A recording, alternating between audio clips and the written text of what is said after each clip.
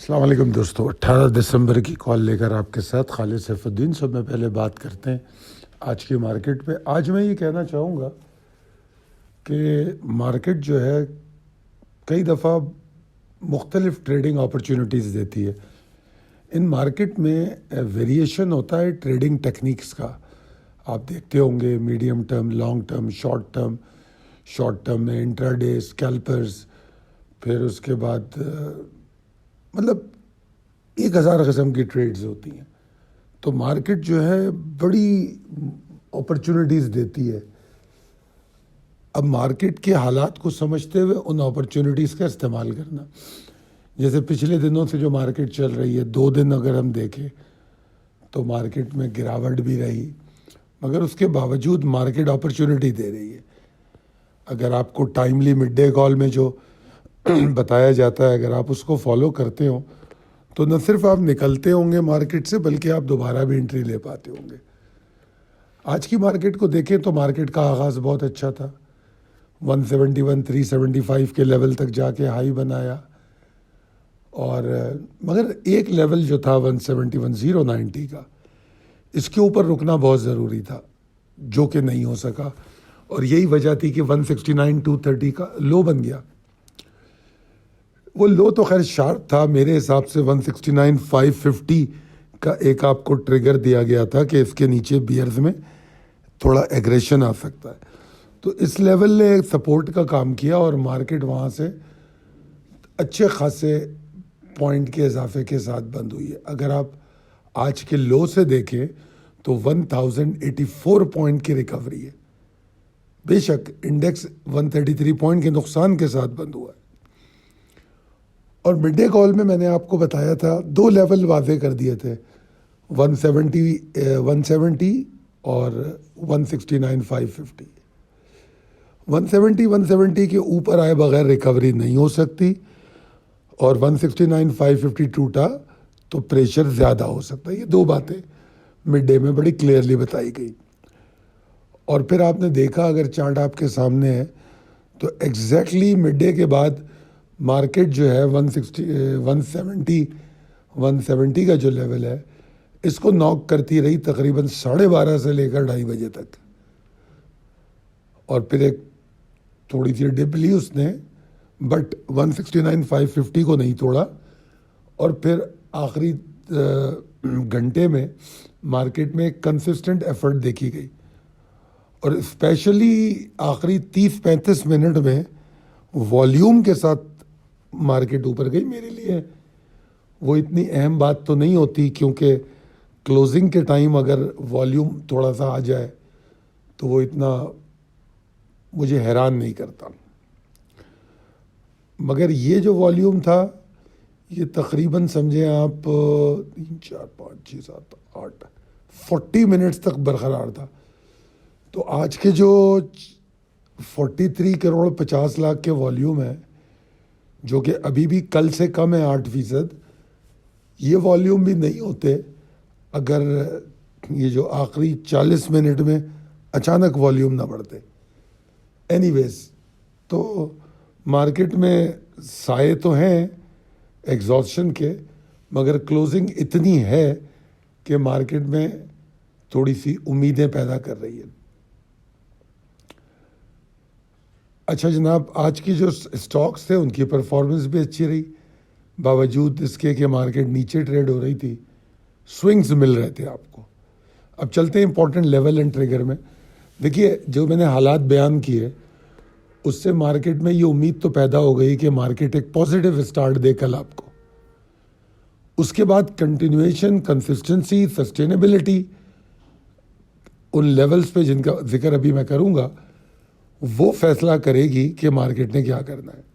آغاز کی تو امید کی جا سکتی ہے کہ ایکسائٹنگ اسٹارٹ ہوگا۔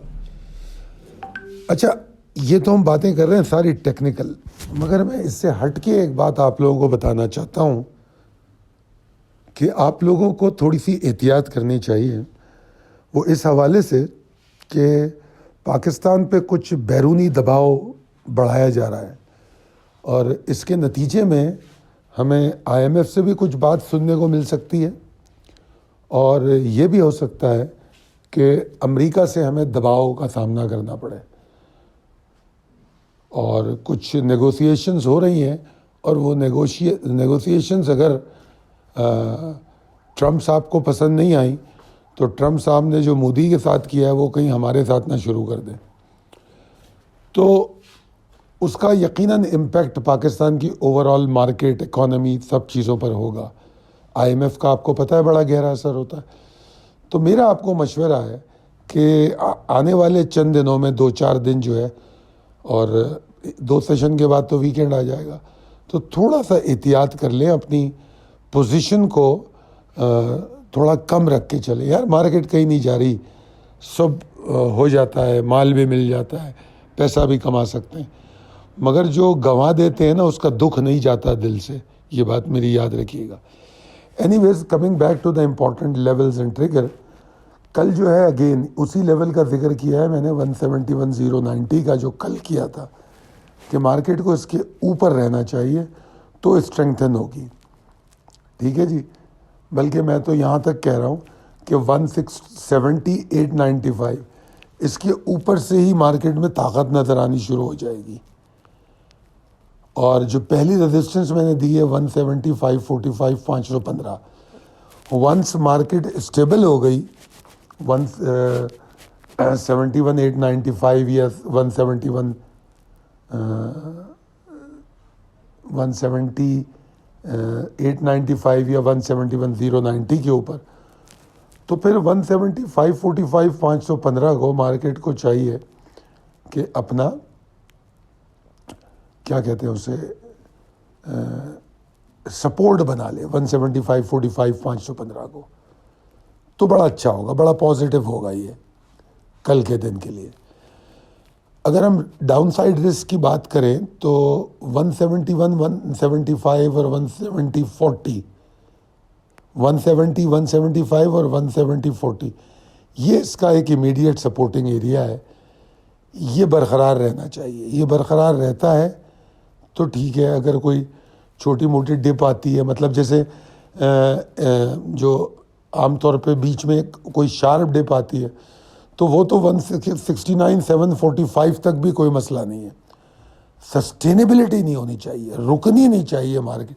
دیکھیں نا آج بھی 230 کا لو بنا ہے، مگر 169,550 کی اہمیت برقرار رہی، کیونکہ وہ صرف لو تھا، رکی نہیں ہے مارکیٹ وہاں۔ تو اسی طریقے سے مارکیٹ کے پاس جگہ تو ہے کافی، رکنی نہیں چاہیے، ٹھیک ہے نا۔ اگر رکے گی تو پھر پرابلم ہوگی۔ تو یہ بہرحال صورتحال ہے، اور ٹریڈنگ کا جو فلسفہ ہے اس میں آج میں یہ کہ وہی بات کر رہا ہوں کہ مارکیٹ جو ہے اس کے اندر اسٹریٹ لائن میں تو چلتی نہیں، تو جو مارکیٹ کی موو ہے اوپر کی جانب ہے یا نیچے کی جانب ہے، اس میں سسٹینیبلٹی کو میجر کرنا بہت ضروری ہے اگر آپ ٹرینڈ اور سینٹیمنٹ کو سمجھنا چاہتے ہیں۔